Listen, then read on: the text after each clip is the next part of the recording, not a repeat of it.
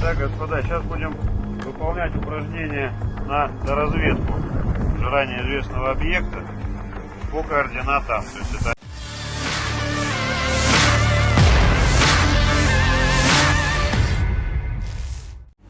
Prajurit Resimen Khusus Severan Ahmad yang dinamai pahlawan Rusia Ahmad Kazi Kadyrov dari Kementerian Pertahanan RF berhasil menguasai kursus Kontrol Quadrocopter, program yang mencakup kegiatan pengintaian dan penggunaan tempur melawan posisi musuh.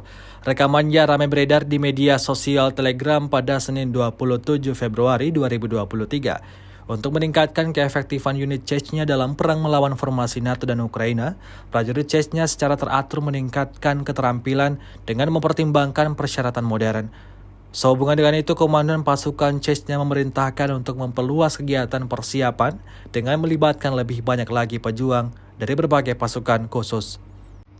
Hingga video ini beredar, beragam komentar dituliskan warganet.